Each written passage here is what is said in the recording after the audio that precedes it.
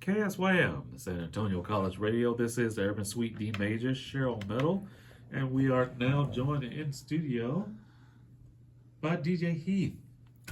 What's happening? Thank you for reaching out to us. Yes. Welcome to San Antonio, first of all.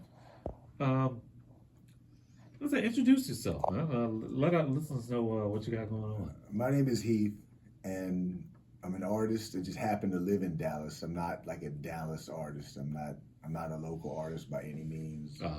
Matter of fact, I'm an international DJ. Done gigs outside of the country. Yeah. And I don't consider myself a local artist by any means because we travel a lot. I have a 5-piece band that funks me up, backs me up, and we lay down the funk. Yeah. Saxophone's the lead instrument in my band. Nice. We make music. I like to say that I write rhymes on sheet music because that's actually how we get down. Man. Wow. So it's a different thing. So how long has the group been together? So I had my saxophone player and my bass player for 10 years. We were in a previous band called Yellow Number 5. We were together for 10 years. At one point, we were the house band at the House of Blues in Dallas. Wow. To give credibility to the sound, and they don't even allow you to play rap music. Like we were in the restaurant playing for everybody. It was like slippity because we played funk. We slip into hip hop. Yeah. And they're like, this is really actually good. Like, so I paid my dues with the band for 10 years, and we put out an album, Moonwalk, at the end of 2019.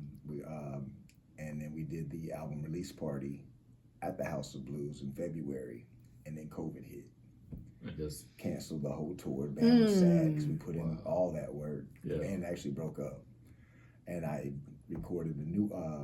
After the band was broke up, I was like, "Oh my God, what am I gonna do?" I kept my bass player and the saxophone player. I call that the heart and the soul. And I wrote a new album. I wrote a party record. Yeah. Funk Nasty. And we recorded that album, put together a new band, and here we are. Now. Yeah. Just kind of getting that out. On 8/08 of 2024, that album dropped. Okay. And I had the rest of the year was booked with shows. We had a listening experience tour that we were doing, just various ways. And 1 month after the album dropped, I had a blood clot in my brain.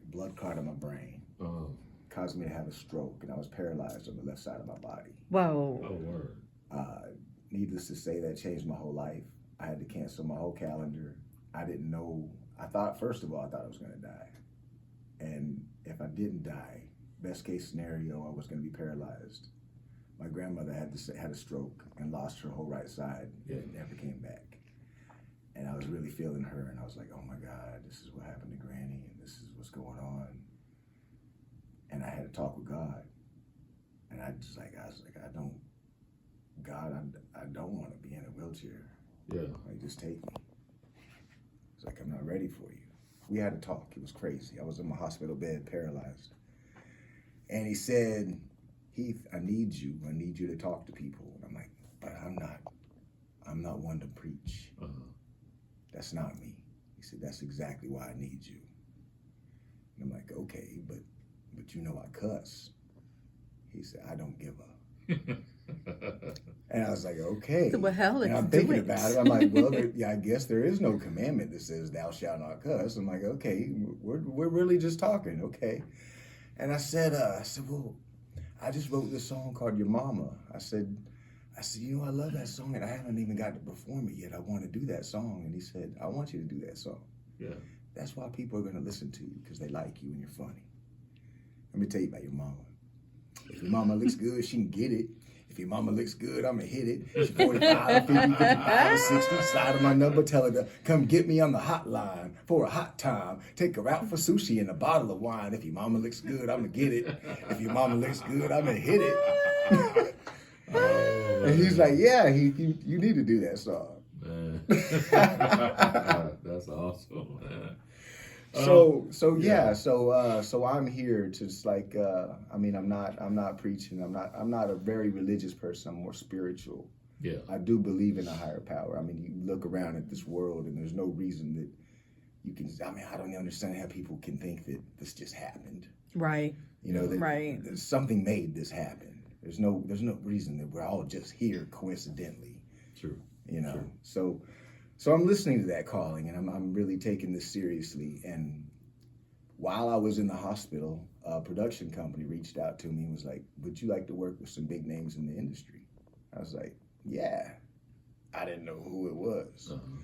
And then the dominoes just started following, and this whole project, which was going to be a song, turned into 2 songs, turned into 3 songs, is now actually a whole album with huge name features. Huge.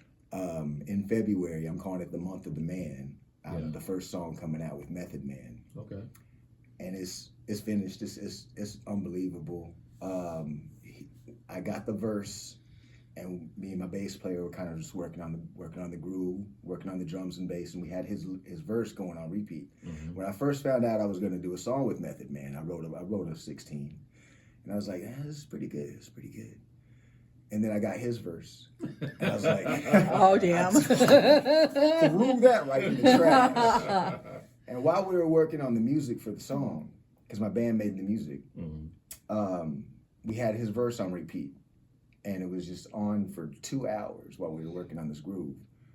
And it just embedded in my head for some reason. And the whole thing, he has the cadence is the same throughout the whole song. It's da-da-da-da-ding, da-da-da-da-da-ding, da-da-da-da-da-ding, da-da-da-da-da-ding. And it just beat in my head, I guess. I woke up the next morning and I had a couple lines. I always keep a pad next to my pen, or a pad next to my bed so I can write things down and go back to sleep, get it out of my head. Mm-hmm. So I had these couple lines. I was like, they lying about the loot, and we trying to recoup. Like, all right, that fits with what he's doing. Write that down. I had another one that come to me. Just wrote it down. I'm like, okay, now I can go to sleep. Got it out of my head. Yeah. 2 more came, so I wrote those down. And then 2 more came, and I wrote those down. Next thing you know, I'm 12 measures in. I'm like, well, I'm up now. Go ahead and finish Finish it, yeah. So I went to the studio that same day, and I told my bass player, Joe, I'm like, you're not going to believe what happened. I wrote a 16 with the exact same rhyme scheme and cadence that Method Man used. He said, there's no way. And I spit the rhyme, and he's like, damn. Yeah. I didn't know I could do that. I gave myself a high five. I was like, woo. It's like ever since, I mean, I'm really good with the pad and pen, but it's elevated now. It's almost like I'm not even writing. It's like I'm a ghost writer. Yeah. Somebody else has the pen, and they're just love using it. me as a vessel. It's amazing, man. Man. We're going to get back into this conversation All right. in just a bit. Stay tuned. More with Heath in just a moment. In this block of music, we have brand new music from Laws and the latest from Brother Ali. But right now, Napoleon the Legend and J.R. Switz from their brand new project, Great Minds. This is Destroy Your Ego. Keep it locked, y'all. More coming up. This is the Urban Suite KSYM, San Antonio College Radio.